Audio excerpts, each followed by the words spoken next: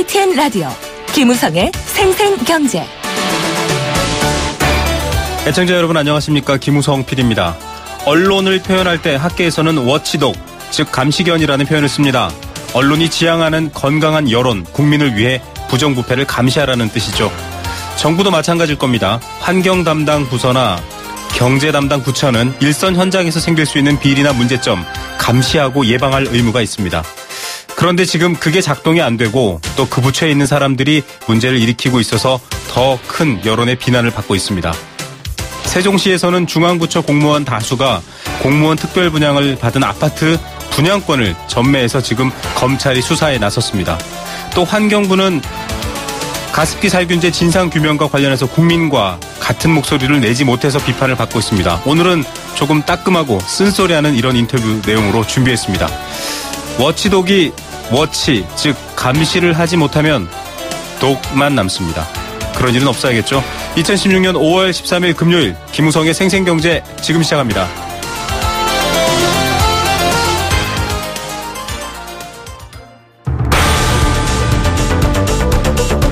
이 시각 주요 경제 뉴스 브리핑. 네, 주요 경제 소식 먼저 전해드리겠습니다. 한국은행이 금융통화위원회 금통위를 열었습니다. 오늘 기준금리 논의했는데요. 현행 1.5% 동결하는 것으로 결정해놨습니다. 부정부패 단지 사회 문제가 아닙니다. 사업과 경제에 있어서도 큰 걸림돌이 된다는 것. 전 세계 기업의 3분의 1도 그렇게 내다보고 있다고 합니다.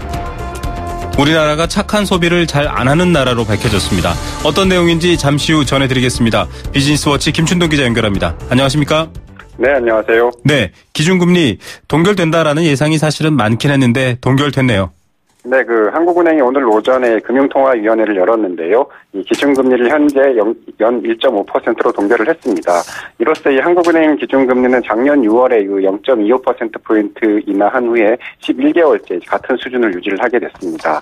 이번 금통위는 7명의 금통위원 가운데서 4명이 새롭게 바뀐 후에 첫 회의여서 좀 기존 기조에 좀 변화가 있을까 이렇게 해서 관심을 모았는데요.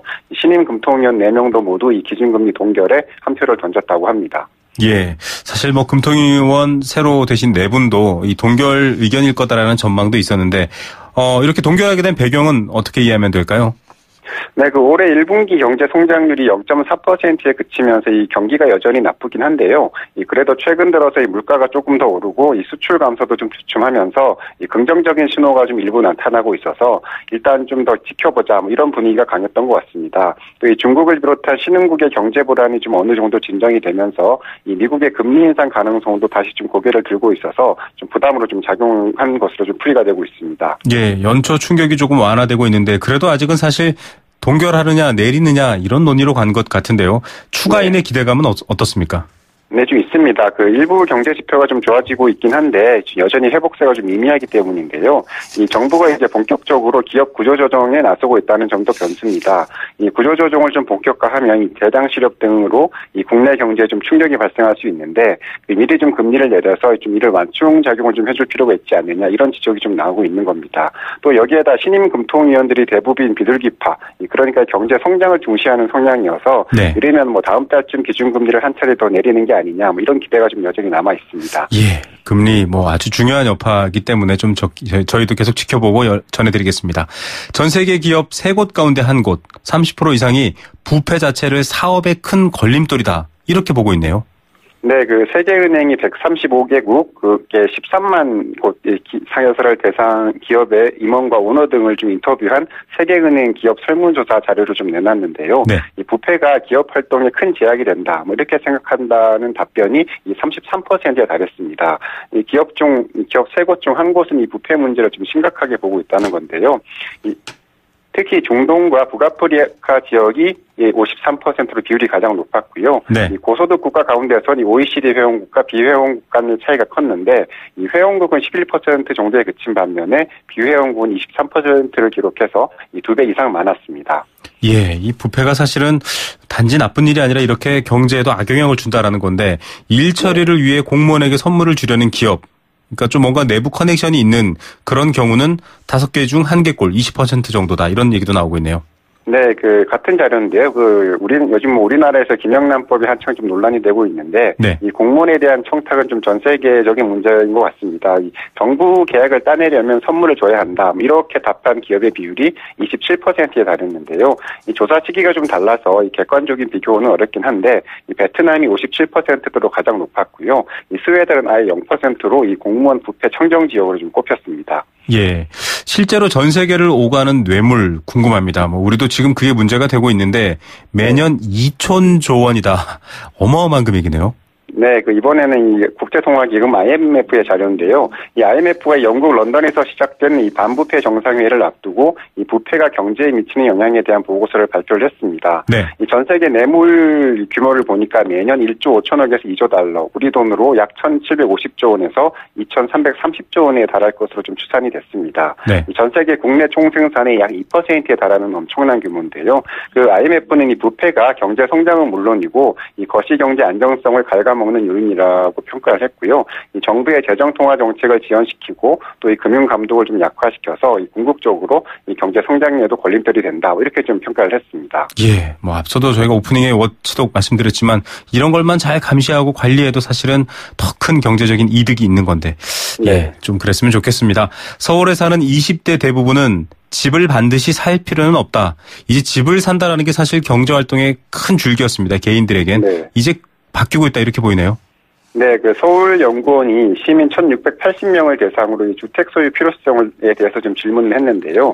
20대를 보니까 68%가 집을 반드시 살 필요는 없다. 이렇게 답을 했다고 합니다. 네. 반면 30대 이상으로 넘어가면 분위기가 확 바뀌는데 이 주택을 소유해야 한다는 답변이 60% 이상 차지했습니다. 이 60대 이상이 86.2%로 가장 많았고요. 40대와 50대는 70%, 그리고 30대는 60% 정도가 집을 살 필요가 있다. 이렇게 답을 했다고 합니다. 예, 연령대별로 차이가 나는 이유를 보니까 뭔가 결혼 이런 것도 떠오르고요. 왜 이렇게 차이가 나는 걸까요? 기본적으로 이 집에 대한 인식이 소유의 대상에서 이 주거의 대상으로 좀 바뀌고 있긴 합니다. 또 말씀하신 대로 이 결혼 유무에 따라서 생각이 달라질 수도 있는데요. 문제는 이제 현재의 주거 상황을 반영하는 측면도 좀 강하다는 겁니다. 네. 이 연령대별 주택 점유 형태를 보니까요. 20, 30대는 전월세가 많고 40대 이상 가구는 절반 이상의 주택을 가지고 있었는데, 네. 그러니까 20대가 원래부터 자기 집이 필요 없다 이렇게 생각한 게 아니고 현실적으로 자기 집을 사기 어려운 구조가 되다 보니까 생각도 좀 그렇게 바뀌고 있는 게 아니냐 이런 측면도 있다. 이런 평가도 나오고 있습니다. 예. 안 사니까 못 사는 게 아니라 못 사니까 안 사는 걸로 바뀌었다. 이런 얘기네요. 자, 착한 소비 얘기 요즘 많이 나오고 있는데 우리나라가 아시아 태평양 지역 국가 가운데서는 하위권이다. 이런 결과가 나왔군요. 네, 글로벌 카드 브랜드사인 마스터카드가 아시아 태평양 지역 14개국 소비자를 대상으로 설문조사를 했는데요. 착한 소비 지수를 평가를 했더니 우리나라는 100점 만점에 37.4점을 받아서 11위에 그쳤습니다. 네. 착한 소비가 가장 활발한 국가로 꼽힌 인도네시아가 73점이었으니까 우리나라보다 2배 이상 점수가 높았습니다. 착한 소비 사실은 모르시는 분들도 있을 텐데 이게 어떤 내용이고 어떻게 평가되는 겁니까? 예, 마스터카드의 좀 평가 기준을 보니까요. 우선 이 공정무역 제품의 거래 빈도를 따지는데요. 네. 이 공정무역 제품은 커피나 초콜릿 등이 저개발국에서 생산한 제품을 이 중간 상인의 개입 없이 들여와서 이 합리적이고 적정한 가격에 판매하는 상품을 말합니다. 우리나라의 경우에 최근 3년간 이 공정무역 제품을 산 적이 있느냐는 질문에 이 40% 정도만 그렇다고 답을 해서 14개국 가운데서 11위에 그쳤습니다.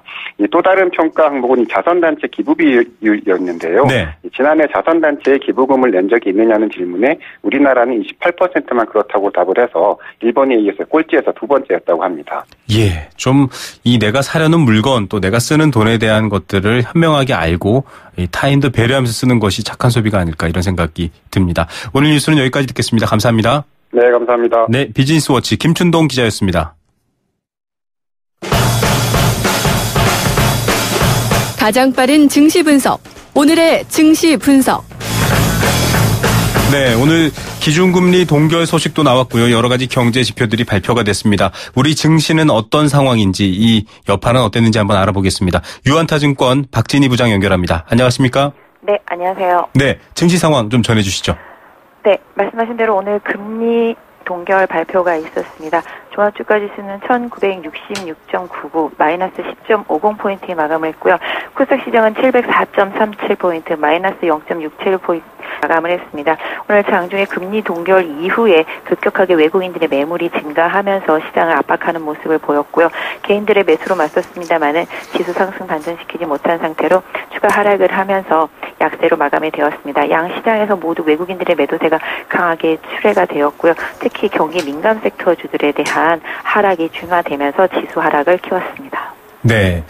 지금 코스닥과 코스피가 사실은 조금 서로 다른 방향으로 흘러왔다 이런 게 오늘은 코스닥 역시 약간 영향을 받았다 이렇게 볼 수 있는 건가요?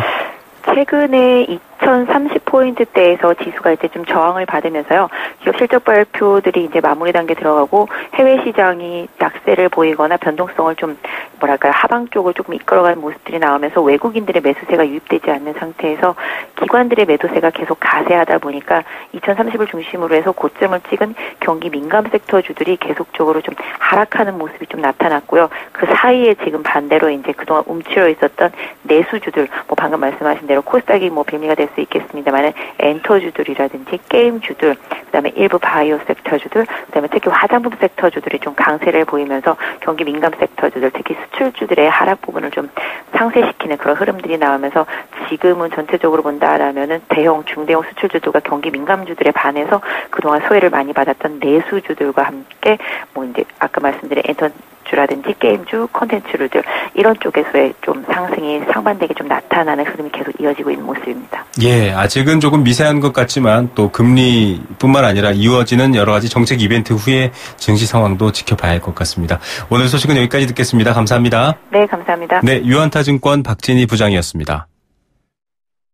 5월 롯데하이마트 전국 동시 세일. 신제품 가격이 해피. 무이자 카드 혜택이 또 해피. 자전거 경품이 200대나 되니까 해피. 라미란도 스마트한 선택. 하이마트 5월 5일부터 29일까지. 경품은 행사기간 매장 방문 고객 중 응모자 대상. 자세한 사항은 매장 문의.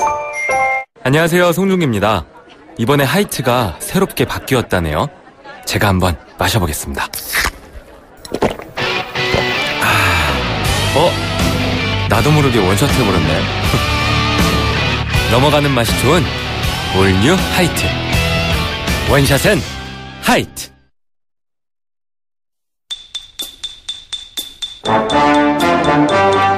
경제 탐구생활. 생생경제 일부 포스코와 함께했습니다. 퀴즈 선물 상식이 함께하는 경제 탐구생활입니다. 정답을 맞히신 분들에게는 알칼리수로 건강해지는 내 몸 A수 알칼리 생수 한 박스 보내드리고요. 2016년 매주 목요일 여행 스케치의 가로수길 콘서트 나무야 공연 티켓도 한 쌍 드립니다. 또 일산 원마운트 워터파크 티켓도 일주일에 2분 골라서 저희가 보내드립니다. 답은 단문 50원, 장문 100원의 정보 이용료 부과되는 샵 0945, 우물정 0945번 문자로 참여하시면 됩니다. 오늘의 퀴즈는 앞서 이 뉴스 브리핑에서도 나왔던 말입니다. 자, 기억력 좋으신 분들은 다 맞히실 것 같습니다. 내일은 5월 둘째 토요일입니다. 세계공정무역기구가 지정한 세계공정무역의 날이기도 합니다. 조사에 따르면 한국에서는 아직 공정무역이나 친환경 상품 등을 구매하는 이것에 대한 인식이 부족하다고 합니다. 하지만 우리 사회 일각에서도 윤리적 소비, 이것을 위한 노력도 많이 이루어지고 있습니다. 친환경 가죽, 재활용 자재, 앞서 말씀드린 공정무역 이런 것들을 생각하고 환경을 아끼면서 돈을 쓰는 것, 이걸 어렵게 생각하실 것 없습니다. 나쁜 게 아니라 그 반대편으로 행동하는 건데요. 한국 전통 천연 염색을 이용한 셔츠도 역시 이런 것에 해당하고 기부도 역시 해당하는 겁니다. 친환경적이고 인간적인 소비로 가격이 조금 비싸도 사회에 공헌할 수 있는 상품을 구매하는 것, 돈을 쓰는 것, 무엇이라고 할까요? 돈을 쓰는 것, 소비라고 하고요. 앞서 말씀드린 일은 나쁜 일이 아니라 그 반대겠죠. 정답 4글자입니다. 보내주십시오.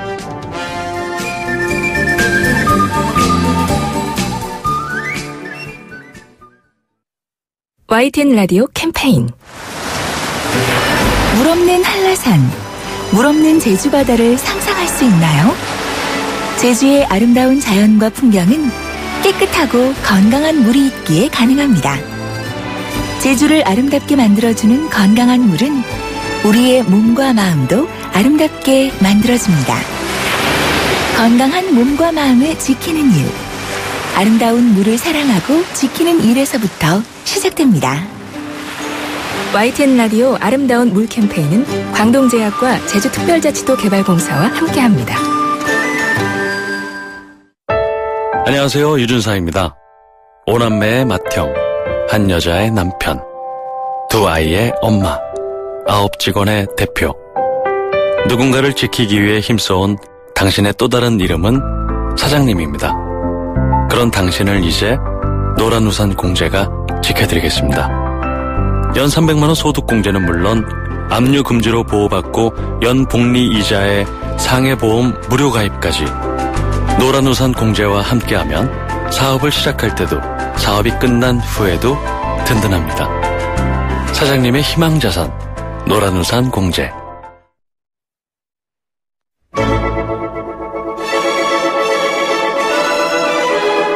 삶을 위한 생생한 라디오 경제 YTN FM 김우성의 생생경제. 네, 생생경제 첫 번째 인터뷰입니다. 오늘 오프닝부터 예고해드린 대로 좀 따끔하고 쓴소리를 해야 될 것 같은데요.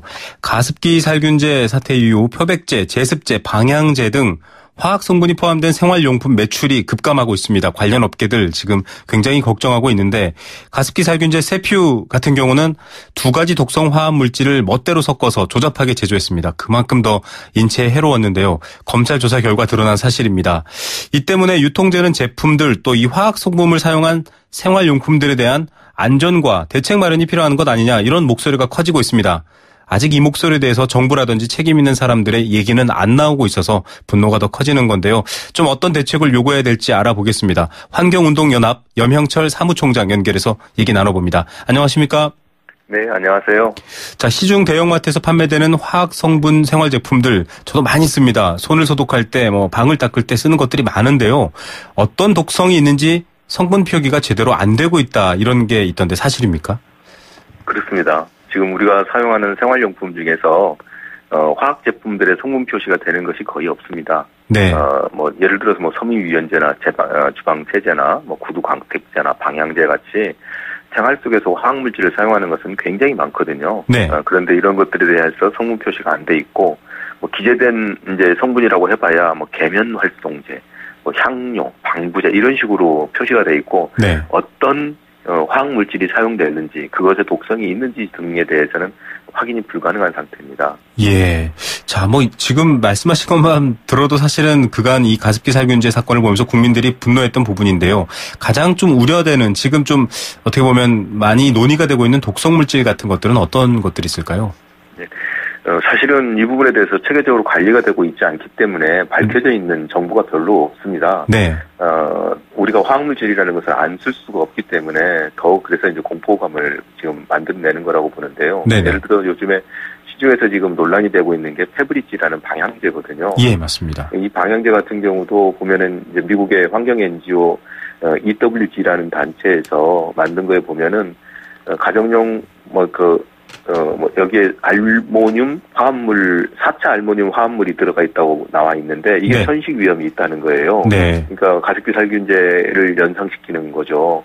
그 다음에 또 주방세제에서 검출된 적이 있는 일사다이옥산 같은 경우는 2급 발암물질로 돼 있고, 네. 그 다음에 또 향료나 색소 같은 것, 향수 같은 것도 사람에 따라서는 또 알러지를 일으키기도 하고, 네.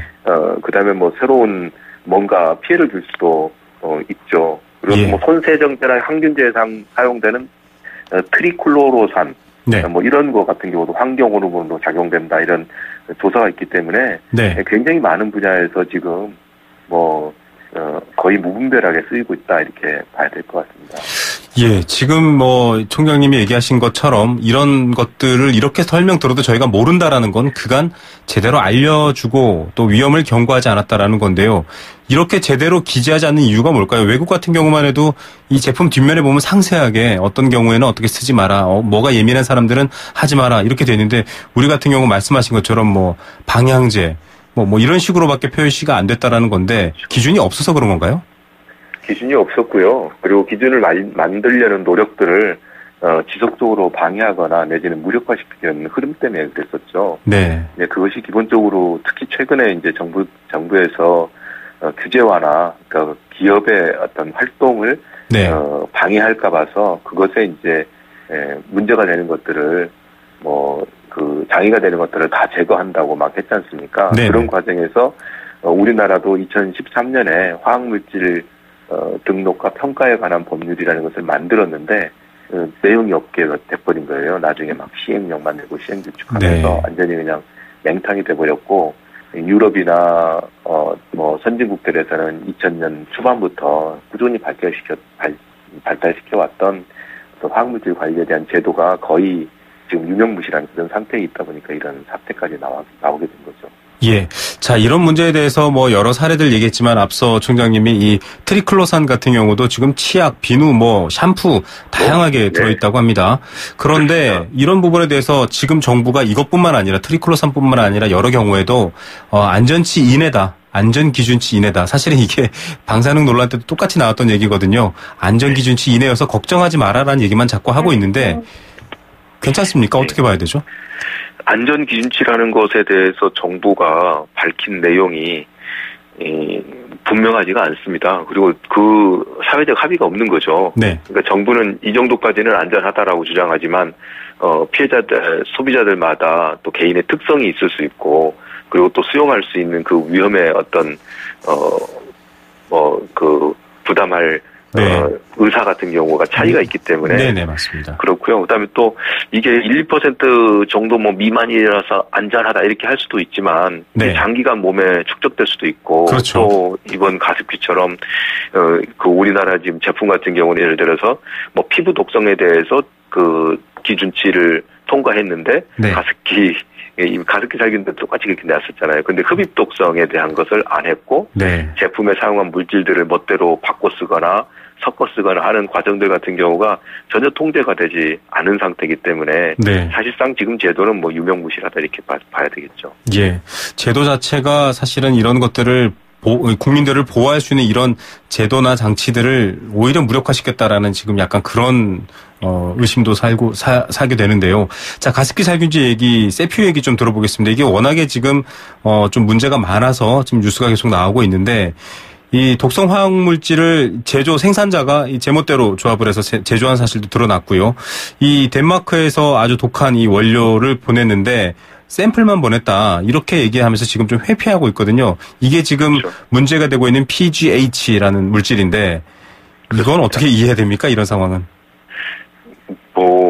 거의 정부가 국민을 위해서 어떠한 안전장치도 갖추지 못했거나 내지는 방치했다고 봐야 될 텐데요. 지금 세퓨 같은 경우는 더구나 그 제품을 광고하는 과정에서 유럽에서 인증한 친환경 살균제, 아이에게도 안전합니다. 이런 식으로 맞습니다. 했다는 거잖아요. 그런데 실제로는 유럽에서 원료를 수입하지도 않았을 뿐만 아니라 사용한 원료의 내용도 다른 것을 중국에서 가져다가 지금 사용했다라는 거기 때문에 이 화학물질과 관련한 취득이라든지 유통이라든지 생산이라든지 사용이라든지 전 과정에 대해서 어떠한 지금 장치가 작동되지 않았다 이렇게 봐야 될 것 같습니다. 예. 일단은 이 소비자에게 또 국민들에게 위해가 될 수 있는 이런 물질들을 마구잡이로 생산하고 유통시킨 사람들이 가장 큰 잘못을 져야 하지만 문제는 지금 오늘 여러 가지 지금 전문가들이 얘기하는 것이 정부가 이런 것들을 체계적으로 관리하고 또 감시하고 또 그 사후에도 조금 조치를 취할 수 있는 전담 기구 같은 게 없다. 국민들의 안전에 대한 전담 기구가 없다. 안전이란 말을 할 때마다 참 가슴이 답답한데요. 이런 얘기가 나오고 있습니다. 어떻게 보십니까? 예, 지금 현재 말씀하신 것처럼 가습기 살균제는 기본적으로 공산품으로 관리가 됐었던 거잖아요. 그리고 또 이제 예를 들어서 화장품이나 치약 같은 경우는 의약외품이라고 해서 식약처에서 담당을 하고 또 화학물질 같은 경우 특히 이제 생활화학물질 16개 제품군에 대해서는 또 환경부가 관리하고 이래서 일관되게 진행되는 게 없고 그리고 또 어떤 고형화된 어떤 물건이라든지 이런 것들에 대해서는 아예 검사 자체로 지금 안 되기 때문에 유럽에서처럼 이러한 제품에 대해서는 여러 형태의 안전성을 그 총체적으로 검증하는 네네. 합평 리치법이라고 하는데요. 네네. 이런 부분들의 제도가 좀 도입이 돼야 될 것 같고 이것은 이제 근거 정도가 우리나라에서는 아까 뭐 복잡한 그 화평법이요, 화학물질 등 평가와 등록에 관한 법률 같은 경우를 강화하는 형태로 해야지 될 테고, 그 다음에 관리하는 기관도 유럽에는 화학물질청이라고 있어서 네. 전반적으로 화학물질에 대해서 총체적인 관리를 하고 있거든요. 그래서 네네. 우리도 이번 기회에 이런 형태의 법적인 어떤 제도적인 장치를 정비하는 계기로 삼아야 되지 않을까 싶습니다. 예, 지금 뭐 말씀하신 내용에 다 답이 들어있는데요. 지금 이 가습기 살균제 사태에 관련해서는 많은 여론들이 이런 말이 있습니다. 결국은 가장 적절한 대처는 전 국민의 불매운동이다라는 얘기가 나옵니다. 그만큼 좀 대처도 지금 답답한 상황인데 현실적으로 이런 물질들 쓰지 않을 수가 없거든요. 어떤 방식으로 좀 대처를 하고 이 기업들이 좀 주의를 할 수 있도록 해야 할까요? 저희 생각에는 불매운동이 큰 답인 것 같습니다. 네. 불매운동을 통해서 사실상 이제 소비자로부터 외면을 당해야 되고, 그리고 이제 또 그 외국 같은 경우는 뭐 일반적인 지금 웬만한 국가들에서는 징벌적 손해배상이나 집단소송제도 같은 경우를 도입해서 잘못을 하면 그것에 피해를 끼친 것보다 몇 배 내지는 몇십 배의 부과를 주거든요. 네. 그러다 보니까 이제 기업들이 부도덕한 이윤 추구 활동을 하지를 않는 게 있고, 네. 그렇죠. 그래서 그런 이번 기회에 어떤 뭐 옥시의 예방법, 그다음에 옥시의 처벌법 이렇게 이제 말할 수 있을 텐데 실제로 관련한 법률들은 여러 개입니다만은 이런 것들에 대해서 차근차근 정비를 해 나가야 된다고 봅니다. 예, 정부 당국자나 책임 있는 분들은 이번에 어떻게 처리하느냐에 따라서 다시 이 비난이 아니라 박수를 받을 수 있다라는 것 좀 염두에 두시고 제대로 좀 만들었으면 좋겠고요. 또 국민의 뜨거운 눈초리만큼 훌륭한 또 제재 수단은 없을 것 같습니다. 오늘 말씀 여기까지 듣겠습니다. 감사합니다. 네. 네, 환경운동연합 여명철 사무총장이었습니다.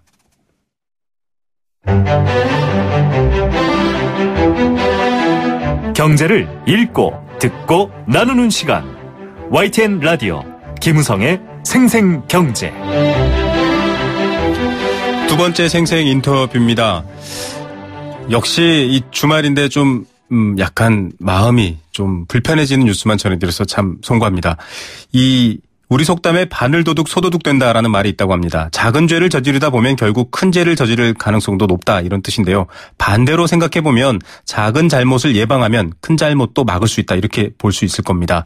최근 뭐 기업 부실에 관해서도 공공부문에서 책임을 지기는커녕 함께 이런 문제를 키웠다라는 비판을 받고 있는데, 국민들이 믿고 기댈 공무원들이 수천 명이 불법을 저지른 것 아닌가, 이런 의혹 속에 지금 조사를 받고 있어서 충격을 주고 있습니다.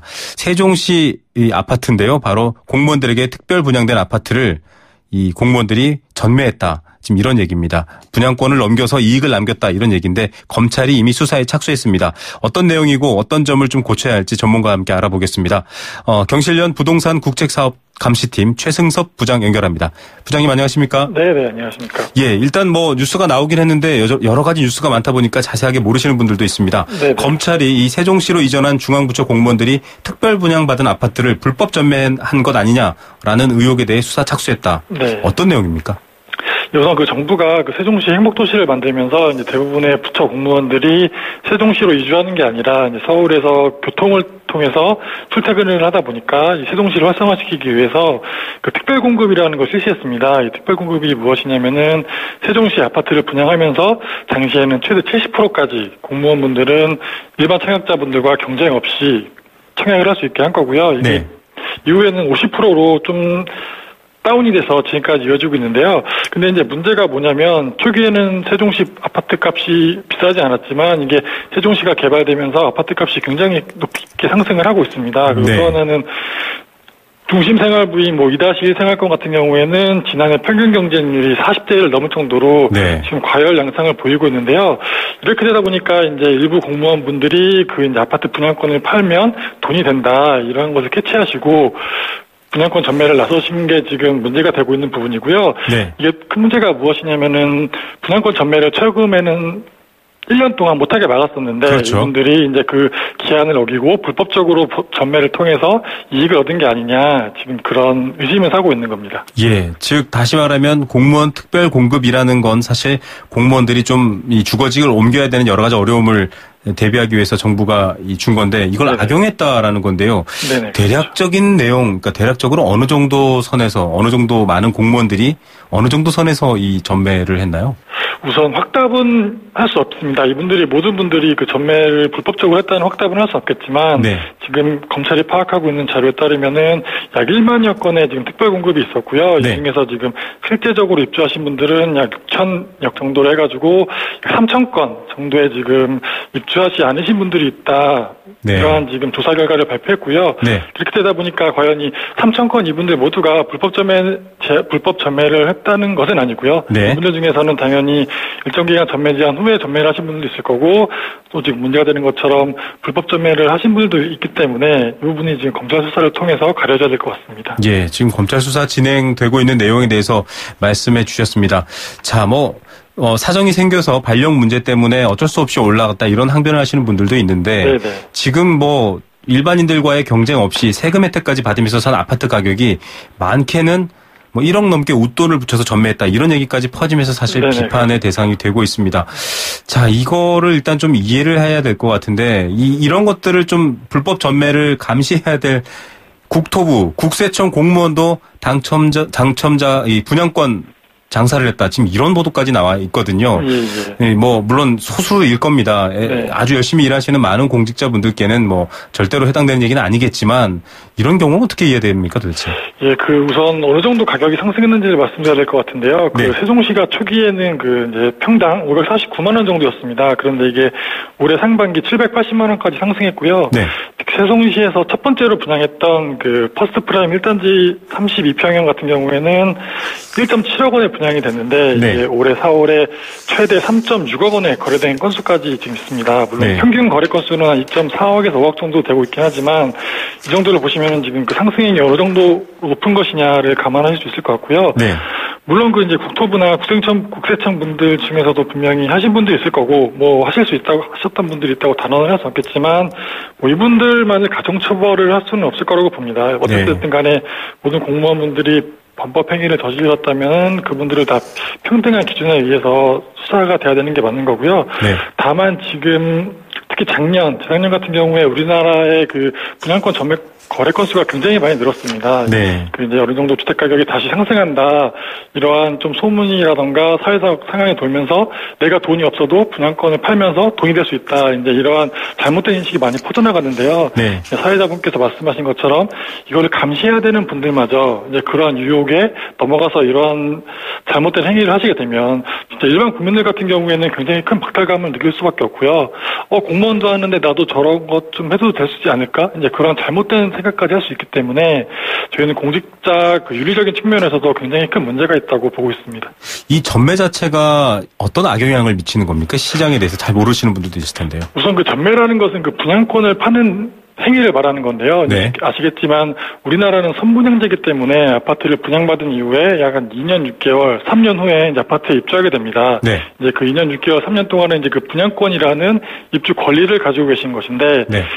이제 입주 권리를 우리나라 법상으로는 남에게 주고 팔 수 있습니다. 그렇기 네. 때문에 이게 파는 과정에서 웃돈이 붙는다던가 아니면 투기 세력이 침투한다던가 이런 식으로 계속 분양가 거품을 더 확산시키는 역할을 해왔고요. 네. 특히나 이명박 정부 이후로 이 분양권 전매 제한이 굉장히 많이 완화를 시키면서 지금 특히 부산이나 대구 이러한 지방 광역의 민간 택지 같은 경우에는 분양권 전매 기한이 아예 없습니다. 그러니까 네. 내가 오늘 분양권이 당첨돼도 내일 돈을 주고 팔 수 있는 네. 지금 그러한 상황 때문에 특히나 부산, 대구, 제주도 같은 경우에도 굉장히 지금 부동산 거품이 커지고 있는 게 이 부동산 전매가 주요한 이유라고 할 수 있습니다. 예, 정상적인 주택 가격을 뛰어났기 때문에 여러 가지 빚도 더 많이 내야 되고요. 여러 가지 경제적인 악영향도 주고 있는 겁니다. 네, 검찰은 아직은 자료 검토하고 있다라고 하면서도 행정당국의 조사 한계가 있고 본인들이 수사할 것이다 이렇게 의지를 드러내고 있는데요. 네네. 자, 수사를 하게 돼서 만약에 결과가 나온다면 처벌이라던가 이런 것들은 어떻게 해야 됩니까? 저희는 수사는 이미 자료가 어느 정도 확보될 만큼 분명히 진행될 것으로 보고 있고요. 다만 지금 법상으로는 분양권 불법 전매에 대해서는 3천만 원 이하의 벌금 정도로 지금 규정이 되어 있습니다. 그렇기 때문에 물론 이분들이 잘못한 법법을 저질렀을 경우에는 당연히 이 정도의 벌금을 내야 되는 것은 당연한 것이고요. 또 하나는 저희가 오늘 입장을 내면서 단순히 검찰 조사에 머무르는 것이 아니라 이거는 어찌됐든 간에 공직사회의 전체적인 기강이 무너진 것이고 또 하나는 아주 특별한 특혜 대책이 잘못된 지금 범죄 행위로 악용된 것이기 때문에 청와대가 직접 행정부, 정부 차원의 조사를 해야 된다는 입장이고요.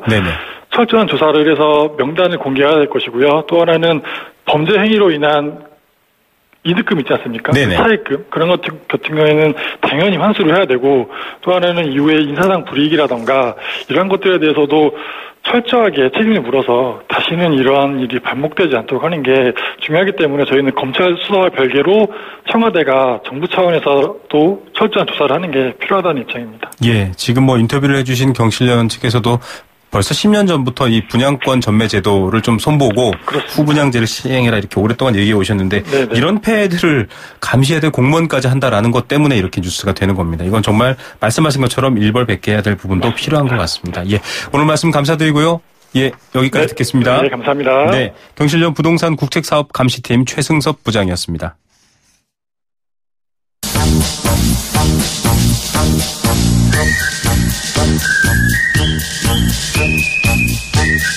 스크린에 담긴 경제 이야기, 경제 영화관.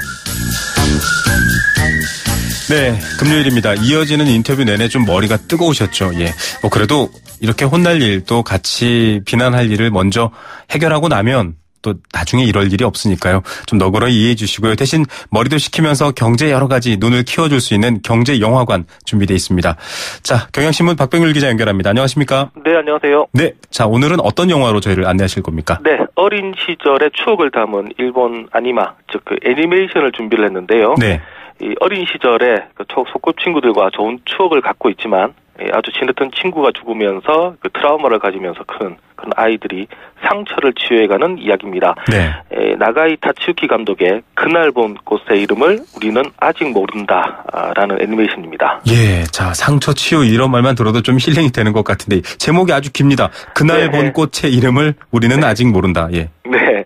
그래서 보통 줄여서 아노하나 이렇게 부르기도 하는데요. 네. 이 일본 말로 하면 그 꽃 뭐 이 정도 됩니다. 네. 하지만 이제 원제 전체를 의미한다 이렇게 보시면 될 것 같고요.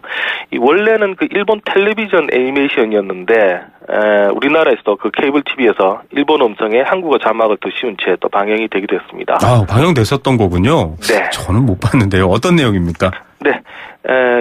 이 영화는 이제 그 극장판으로 이제 새로 나온 영화인데요. 네. 이 어린 시절에 뭉쳐 다니던 6명의 그 단짝 친구들이 있습니다.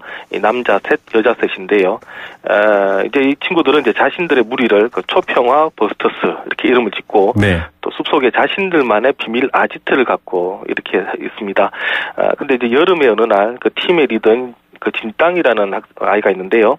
이 아이가 이제 여자친구인 이나루로부터 또 다른 여자친구인 그 맨말을 좋아하느냐 이런 질문을 받습니다. 네. 진땅은 부끄러움에 이 호박 같은 그런 아이 맨말을 좋아하지 않는다 이러면서 소리를 치는데 네. 이 얘기를 들은 맨마가 부끄러워서 이 아지트를 뛰어나갔다가 뜻하지 않은 사고를 당합니다. 네. 이제 이때 충격을 받은 아이들이 자책을 하면서 불불이 흩어지는데요. 5년이 지난 뒤에 진땅 앞에 맨마의 영혼이 나타납니다. 네. 맨마는 맨마는 그 자기 친구들을 모두 함께 모여서 자신이 살았을 때 이루지 못했던 소원을 좀 이루고 싶다 이렇게 부탁을 하고요. 그러면서 이제 진땅이 친구들을 모아서 해결해 나간다라는 내용의 영화입니다. 예, 사고로 죽은 친구의 소원을 이루어주는 것. 약간 이 미야자키 하야오의 애니메이션도 그렇지만 좀 영혼, 신, 초자연 이런 것들이 많이 등장하는 것 같습니다. 네, 일본 영화, 일본 애니메이션 보면 유독 그런 게 많죠. 네. 이 영화의 경우도 이제 죽은 친구의 영혼이 현세에 돌아와서 그 친구들을 다시 만나는 거니까 우리 정서랑은 조금 좀 동떨어진 느낌도 분명히 있는 것 같습니다. 하지만 그 친구를 그리워하는 애절한 마음을 생각하면 이 애니메이션 내내 보시면 영혼의 존재가 두렵다기보다는 아주 참 좀 친근하게 또 느껴지기도 합니다. 예, 어린 시절의 상처를 치유하는 것, 또 친구의 영혼을 만나는 약간 초자연적인 것, 여기까지는 참 가슴 깊게 들었는데요. 도대체 이게 어떻게 경제 얘기로 넘어갈까 저는 궁금해하고 있습니다. 이 영화 보시면 바로 요즘 일본 청년들의 모습이 그대로 투영이 되는데요. 네. 이 멘마가 죽은 뒤에 진땅은 계속해서 방황을 하는 모습이 나옵니다. 학교를 그만두고 아르바이트로 돈을 벌면서 집에 왼종이 됐으면서 그 전자오락만 하면서 지내는데요. 네. 그러다 보니까 이제 머리는 푸석푸석하고 눈은 계속해서 캥합니다. 이런 진땅을 보면서 다른 여자친구의 이나루가 얘기를 하는데요. 야, 너 뭐 또 알바 또 늘렸어? 이렇게 묻습니다. 네. 그러니까 진땅이 그 막일이 벌이가 좋더라 이렇게 얘기를 하고요. 네. 그러니까 또 이나루가 너 얼굴 엉망이야 얘기를 하니까 잠을 통 못 잤거든 이렇게 얘기를 하는데요. 네네. 이런 진땅의 모습 전형적인 프리타라고 부를 수가 있습니다. 네. 오늘은 일본의 청년 실업과 그에 얽힌 신조들을 좀 골라봤습니다. 네. 뭐 아마 이 경제 뉴스 좋아하시는 분들은 프리터 이 말 다 아실 것 같습니다. 네, 이 프리 아르바이타. 그러니까 그 자유롭다는 프리 그리고 네. 아르바이트를 의미하는 그 아르바이타 이걸 합친 건데요. 네. 뭐 자유롭게 아르바이트를 하는 사람 뭐 이런 그 일본식 그 영어 합성어입니다. 네. 고정 직업이 없이 두세 개의 그 겹치기 아르바이트로 생계를 유지하면서 자신이 좋아하는 취미 활동에 몰두하면서 자유롭게 사는 사람. 원래는 이런 의미인데요. 네. 이 일본 경제가 불황에 빠지기 직전인 1980년대 말에 한 아르바이트 정보지에서 유래가 된 말입니다. 네. 처음에는 기성세대가 지향해온 조직 사회를 거부를 하고 이 자신이 좋아하는 일에 몰두한다는 점에서 하나의 문화 현상처럼 인식이 됐습니다. 네네. 실제 이제 몇 달 아르바이트를 하면서 돈을 모은 다음에 해외여행을 떠나거나 자신이 원하는 삶을 즐기는 사람이 이때 많았었는데요. 그만큼 이제 일본 경기가 좋을 때의 얘기였습니다. 그러다가 1990년대 이후에 일본 경제가 어려워지고 종신고용 신화가 무너지면서 또 비정규직이 급증하게 되는데요. 그러면서 상황이 바뀝니다. 취업난에 이제 프리타가 속출하게 되면서 이제는 사회 문제로 떠오르고 있습니다. 예, 정규직이라든지 안정된 고용을 보장받지 못해서 이 아르바이트를 해야 하는 청년들 이런 의미로 바뀌어버린 거네요. 네, 이 무기력한 청년들을 의미한다는 점에서 사실 니트족과도 의미가 통하는데요. 네. 이 니트족은 이제 not in education, employment, 이제 트레이닝 이게 약자인데 네. 일하지 않고 일할 의지도 없는 청년 무직자를 뜻하는 게 바로 니트족입니다. 네. 1990년대 영국 등 유럽에서 처음 나타났는데 그 뒤로 이제 일본에 급속히 확산이 되면서 이제 프리타와 연결이 많이 됩니다. 네. 이런 이제 프리타와 니트족 이 한 세대의 이제 특징으로 떠오르게 되면서 일본에는 사토리 세대가 또 만들어졌는데요. 네네. 이 사토리 세대라는 것은 1980년대 후반에서 1990년대에 태어난 아이들인데 돈벌이나 출세에 관심이 없는 젊은이들을 말합니다.